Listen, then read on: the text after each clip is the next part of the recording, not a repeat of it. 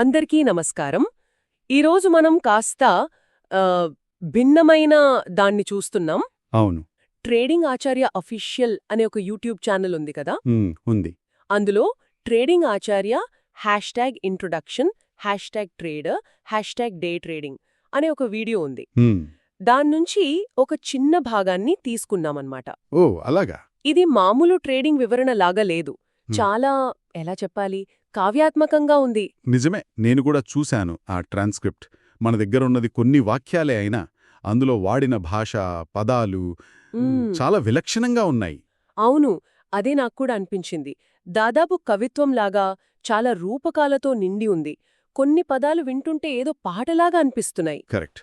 Trading ప్రపంచాన్ని ఒక ప్రత్యేకమైన కోణంలో చూపిస్తున్నట్లుంది. మరి ఈ చిన్న భాగం ద్వారా ట్రేడింగ్ గురించి ఎలాంటి ఆలోచనలు, ఎలాంటి అనుభూతిని తెలియజేయాలని చూస్తున్నారో అర్థం చేసుకోవడమే మన పని ఈరోజు.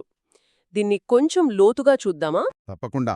ఈ పదాల వెనుక ఉన్న భావనలు, అవి రేకెత్తించే ఉద్వేగాలు, ముఖ్యంగా ట్రేడింగ్లోని ఏ అంశాల్ని ఇది హైలైట్ చేస్తుందో చూద్దాం. ఆ శైలి, చెప్పాలనుకునే విషయం రెండూ ముఖ్యమే ఇక్కడ. సరే, అయితే మొదలు పెడదాం. ప్రారంభ వాక్యాలు ఇలా ఉన్నాయి చూడండి. TikTok the Marcus hot, dream take your shot, and watch them grow. Let's start the show rolling. WS, seeking M on M, the gram up PR down. You've got to play for G every day.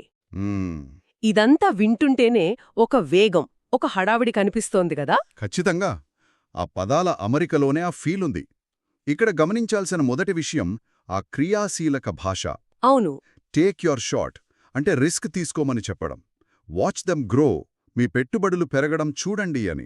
Start the show, ఆట మొదలుపెట్టండి అన్నట్టు. ఇంకా play for G కోసం ఆడండి అని. అవును, play for G everyday. ఇవన్నీ ట్రేడింగ్లో చురుకుగా పాల్గొనడాన్ని, అంటే ఊరికే చూస్తూ ఉండకుండా నిర్ణయాలు తీసుకోవడాన్ని సూచిస్తున్నాయి. ఇది కూర్చొని చూసేది కాదు, రంగంలోకి దిగి ఆడాల్సిన ఆట అన్నట్లుంది. అంటే ఇది మామూలు లాంగ్ టర్మ్ ఇన్వెస్ట్మెంట్ లాగా కాదనమాట.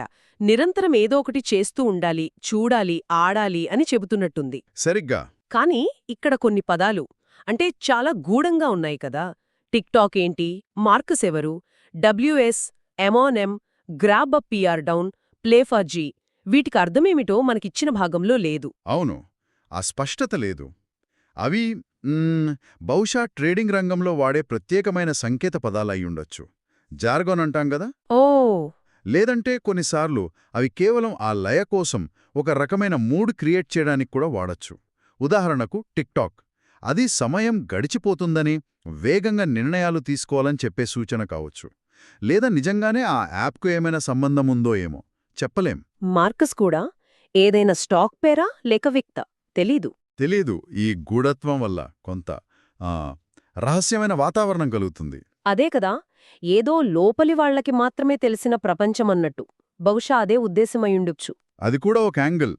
ఇలాంటి పరిభాష వాడటం వల్ల మేమీ గ్రూప్లో వాళ్లం, ఇన్సైడర్స్ అనే ఫీలింగ్ రావచ్చు. ఇక వాచ్ దెమ్ గ్రో, అది స్పష్టంగా పెట్టుబడుల పెరుగుదల గురించే. ట్రేడింగ్లో అదొక ముఖ్య ఆకర్షణ. మరి ప్లే ఫర్ జీ ఎవ్రీడే, ప్రతిరోజూ జీ కోసం ఆడాలి అనడం ట్రేడింగ్ను ఒక ఆటలా చూపిస్తోంది కదా. దీన్ని ఎలా అర్థం చేసుకోవాలి? జీ అంటే ఏమై ఉంటుంది? బహుశా అంటే గెయిన్ కావచ్చు, లేదా డబ్బుకు సంకేతంగా గోల్డ్ అని కూడా అనుకోవచ్చు. ఏదేమైనా ఆట అనగానే అందులో గెలుపు, ఓటమి రెండూ ఉంటాయి. వ్యూహాలుంటాయి. అవును, వ్యూహాలు, ఎత్తుగడలుంటాయి. అలాగే ఎవ్రీ డే అనడం బహుశా డే ట్రేడింగ్లో ఉండే ఆ నిరంతరాయతను, రోజూ మార్కెట్ను గమనిస్తూ ఉండాలనే నిబద్ధతను సూచిస్తుంది. నిజమే. ఇక గ్రాఫ్ పైకి, ప్రెషర్ కిందకి అన్నారు. అంటే బహుశా గ్రాఫ్ పైకి, ప్రెషర్ కిందకి అన్నట్లా? ఏమో, అలా అనుకోవచ్చు. లేదా ప్రైస్ డౌన్ అని కూడా అయ్యుండొచ్చు. ఏదేమైనా అది మార్కెట్ యొక్క అస్థిరతను, వోలటాలిటీని స్పష్టంగా చూపిస్తుంది. మార్కెట్లు ఎప్పుడూ ఒకేలా ఉండవు, హెచ్చుతగ్గులు సహజం అని దానికి సిద్ధంగా ఉండాలని చెప్పకనే చెబుతోంది.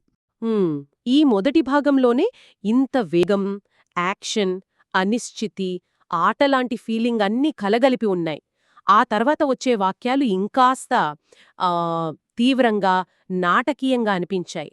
Like lightning in the sky, rise all I pass by, sweep SM the high, say good bye. అవును, ఆకాశంలో మెరుపులా ఈ పోలిక అబ్బో చాలా శక్తివంతంగా ఉంది. నిజమే. మెరుపు అంటే ఏమిటి? వేగం, ఆకస్మికత, శక్తి, కొన్నిసార్లు ప్రమాదం కూడా. ట్రేడింగ్లో అవకాశాలుగాని, మార్కెట్ కదలికలుగాని మెరుపులా ఆకస్మికంగా వేగంగా రావచ్చు. వాటిని వెంటనే పట్టుకోవాలి అన్నట్లు. లేదంటే ఐ పాస్ బై, అవి క్షణాల్లో మాయమైపోతాయి అని. ఖచ్చితంగా. ఆ వేగానికి తగ్గట్టే చర్యలు కూడా అంతే వేగంగా, నిర్ణయాత్మకంగా ఉండాలని sweep SM the high, say good bye లాంటివి సూచిస్తున్నాయి. ఇక్కడ కూడా ఆర్ఎస్ఎం అంటే ఏంటో క్లారిటీ లేదు. మళ్ళీ అవే సంకేత పదాలు. వాటి ఖచ్చితమైన అర్థం తెలియకపోయినా ఆ కాంటెక్స్ట్ చూస్తే అవి వేగవంతమైన కొనుగోలు లేదా అమ్మకం చర్యలను సూచించవచ్చు. స్వీప్ ద హై అంటే గరిష్ట స్థాయిని చేరుకున్నప్పుడు అమ్మేయడం కావచ్చు, లేదా ఒక అడ్డంకిని దాటేయడం కావచ్చు. సే గుడ్ బై అనేది చాలా ముఖ్యం. అంటే నష్టాల్లో ఉన్న పొజిషన్ను త్వరగా మూసేయడం, కటింగ్ లాసెస్, లేదా లాభాలను తీసుకుని బయటకొచ్చేయడం, టేకింగ్ ప్రాఫిట్స్ కావచ్చు. ఓ ఈ పదాలు ట్రేడింగ్లో ఎమోషన్స్కి అతీతంగా, కొన్నిసార్లు మెకానికల్గా అయినా సరే వేగంగా డెసిషన్స్ తీసుకోవాల్సిన అవసరాన్ని నొక్కి చెప్తున్నాయి. ఈ మెరుపు పోలిక, ఈ వేగవంతమైన చర్యల వర్ణన అంతా చూస్తుంటే ఇది నెమ్మదిగా దీర్ఘకాలిక పెట్టుబడుల గురించి కాదు, డే ట్రేడింగ్ లేదా స్వింగ్ ట్రేడింగ్ లాంటి ఫాస్ట్ స్టైల్స్ గురించి మాట్లాడుతున్నట్లు అనిపిస్తోంది. మీరేమంటారు?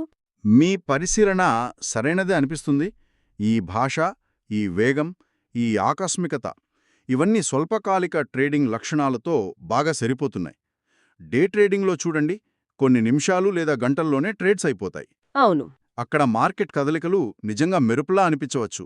నిర్ణయాలు తక్షణం తీసుకోవాలి. ఆ సే గుడ్ బై అనేది కూడా అక్కడ చాలా ముఖ్యం.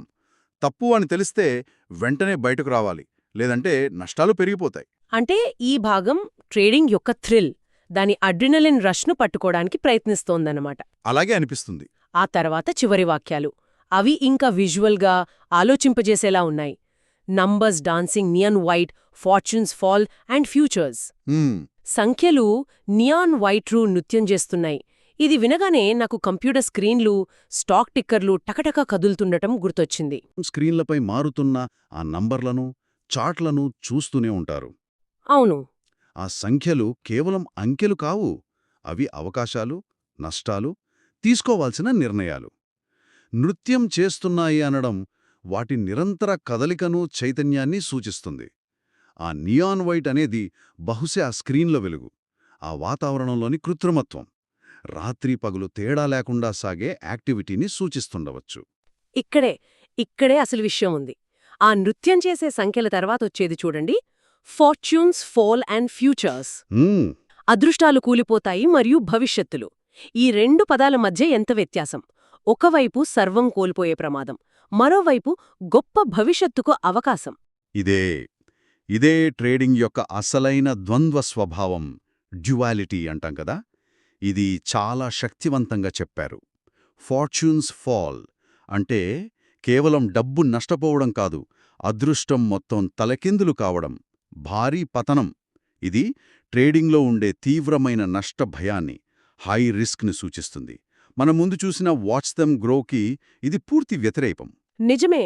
మరి ఫ్యూచర్స్, భవిష్యత్తులు, ఇది కేవలం ఫ్యూచర్స్ మార్కెట్ను సూచిస్తుందా, లేక ఇంకా విస్తృత అర్థంలో గొప్ప అవకాశాలు, ఉజ్వల భవిష్యత్తు అని అర్థమా? నాకైతే రెండు అనిపిస్తోంది.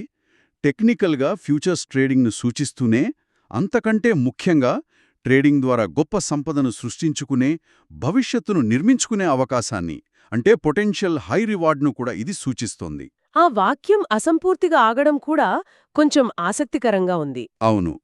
బహుశా ఆ భవిష్యత్తు ఏమిటనేది ట్రేడర్ చర్యలు, నిర్ణయాలు, కొంత అదృష్టం మీద ఆధారపడి ఉంటుందని, అది అనిశ్చితంగా ఉంటుందని చెప్పడానికేమో. ఎవరు చెప్పగలరు? అంటే ఈ చిన్న భాగం మొత్తం కలిపి చూస్తే ట్రేడింగ్ అంటే ఒక రకమైన హై స్టేక్స్ గేమ్ లాంటిదని, ఇందులో వేగం, నిర్ణయాత్మకత, నిరంతర మార్పు, భారీ నష్టాలు, భారీ లాభాలు రెండు ఉంటాయని చెప్తున్నట్లుంది. అవును, ఆ చిత్రణ చాలా స్పష్టంగా ఉంది. ఇది ట్రేడింగ్ను ఒక యాంత్రిక ప్రక్రియగా కాకుండా ఒక తీవ్రమైన, ఉద్వేగభరితమైన అనుభవంగా చూపిస్తుంది. సంఖ్యల ప్రపంచమైనప్పటికీ అది అదృష్టాలను మార్చే శక్తి కలిగినది. మెరుపు వేగంతో నిర్ణయాలు తీసుకోవాలి, గ్రాఫుల హెచ్చుతగ్గులను తట్టుకోవాలి, ఆట ఆడుతున్నట్లుగా వ్యూహాలు పన్నాలి. ఇదంతా వింటుంటే ట్రేడింగ్ అనేది బలహీనమైన మనసు కలవారికి కాదేమో అనిపిస్తుంది. నిజమే. అయితే ఇక్కడ ఒక విషయం గమనించాలి కదా, ఈ మూలం ట్రేడింగ్ యొక్క ఫీల్ లేదా అనుభూతిని బాగా పట్టుకుంది కానీ అసలు ఎలా ట్రేడ్ చేయాలి, ఏ స్ట్రాటజీలు వాడాలి, నష్టాలను ఎలా కంట్రోల్ చెయ్యాలి అంటే రిస్క్ మేనేజ్మెంట్ లాంటి ప్రాక్టికల్ విషయాలను అస్సలు టచ్ చేయట్లేదు కదా. మీరు చెప్పింది 100కి 100 పాళ్ళు నిజం. కరెక్ట్ పాయింట్ పట్టారు. ఈ భాగం పూర్తిగా వర్ణనాత్మకం, అనుభూతి ప్రధానం. ఇందులో విశ్లేషణ, వ్యూహం, డిసిప్లిన్, రిస్క్ మేనేజ్మెంట్ లాంటివి అంటే ట్రేడింగ్లో అత్యంత కీలకమైన అంశాల ప్రస్తావనే లేదు. అదే కదా.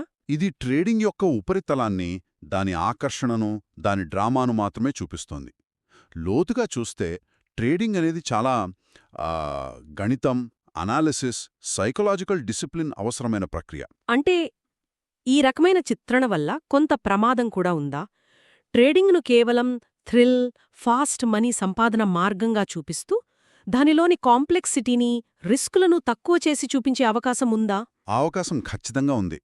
ఇలాంటి వర్ణనలు ముఖ్యంగా యువతను లేదా కొత్తగా మార్కెట్లోకొచ్చేవారిని బాగా అట్రాక్ట్ చేయొచ్చు. ఆ వేగం, ఆ మెరుపు, ఆ భవిష్యత్తులు అనే మాటలు వాళ్ళని ఎగ్జైట్ చేయొచ్చు.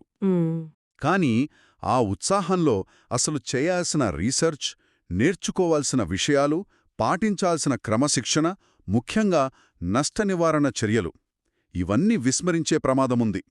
కేవలమీ థ్రిల్ కోసం ట్రేడింగ్లోకి దిగితే ఆ ఫార్చ్యూన్స్ ఫాల్ అనే పరిస్థితి ఎదురయ్యే అవకాశాలే ఎక్కువ. అది చాలా ముఖ్యమైన విషయం చెప్పారు. అంటే ఈ మూలం ట్రేడింగ్ యొక్క ఒక ముఖాన్ని మాత్రమే, అది కూడా చాలా నాటకీయంగా చూపిస్తోందన్నమాట. అవును. మరి ముగింపుగా ఈ చిన్న విశ్లేషణ నుండి మనమేమి గ్రహించవచ్చు? మనం గ్రహించాల్సిందేమిటంటే ఈ మూలం ట్రేడింగ్ను ఒక dynamic, high risk, high reward యాక్టివిటీగా చిత్రీకరించడానికి చాలా పవర్ఫుల్ లాంగ్వేజ్, మెటఫర్స్, విజువల్స్ వాడుతోంది. ఇది ట్రేడింగ్ యొక్క స్టాటిస్టిక్స్, స్ట్రాటజీల కంటే దాని అనుభూతిని, వేగాన్ని, తీవ్రతను తెలియజేయడానికి ప్రయత్నిస్తోంది. సంఖ్యలు, స్క్రీన్లు, ఫాస్ట్ డిసిషన్స్, సడన్ చేంజెస్, భారీ లాభనష్టాల అవకాశం ఇవన్నీ దాని చిత్రణలో ప్రధాన అంశాలు. సరిగ్గా. అయితే ఆ చిత్రణ వాస్తవికతకు ఎంత దగ్గరగా ఉంది, అది ఎంతవరకు కంప్లీట్ పిక్చర్ అనేది ప్రశ్నార్థకమే. మనకు అందిన ఈ భాగంలో కొన్ని సంకేత పదాలకు క్లారిటీ లేకపోవడం కూడా ఈ చిత్రణలోని కొంత అస్పష్టతను పెంచుతుంది. కరెక్ట్. ఇది మనల్ని ఒక చివరి ఆలోచనకు తీసుకొస్తుంది. చూడండి, ఆర్థిక ట్రేడింగ్ లాంటి సంక్లిష్టమైన, తరచుగా ఒత్తిడితో కూడిన కార్యకలాపానికి మన అవగాహనను ఇలాంటి మూలాల్లో చిత్రీకరించబడే ఆ భావోద్వేగానుభవం లేదా థ్రిల్ ఎంతవరకు ప్రభావితం చేస్తుంది? మంచి ప్రశ్న. అంటే ఈ రకమైన నాటకీయ చిత్రణను ట్రేడింగ్లో సక్సెస్ అవ్వడానికి అవసరమైన లోతైన విశ్లేషణ, నిరంతర అభ్యాసం, కఠినమైన నష్ట నిర్వహణ పద్ధతులు ఇలాంటి వాటి ప్రాముఖ్యతను తగ్గించి చూపించే అవకాశం ఉందా? ట్రేడింగ్ను అర్థం చేసుకోవడంలో అనుభూతికి ఎంత స్థానమివ్వాలి, వాస్తవికతకు ఎంత స్థానమివ్వాలి? ఈ ప్రశ్న గురించి ఆలోచించడం ముఖ్యం అని నాకనిపిస్తుంది. ఆలోచించాల్సిన విషయమే. ఈ మూలం చిన్నలైనా ట్రేడింగ్ను చూసే కోణాన్ని, దాని గురించి మాట్లాడే తీరును ప్రభావితం చేసే శక్తి దానికుంది. దీన్ని విశ్లేషించడం ఆసక్తికరంగా ఉంది. అవును.